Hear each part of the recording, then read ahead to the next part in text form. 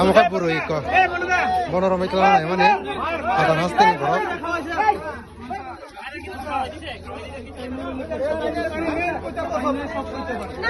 না আমি কইতে যাব টানে যখন কথা কইতেছ আরেকটা মুখে তখন আমি দেখব ওই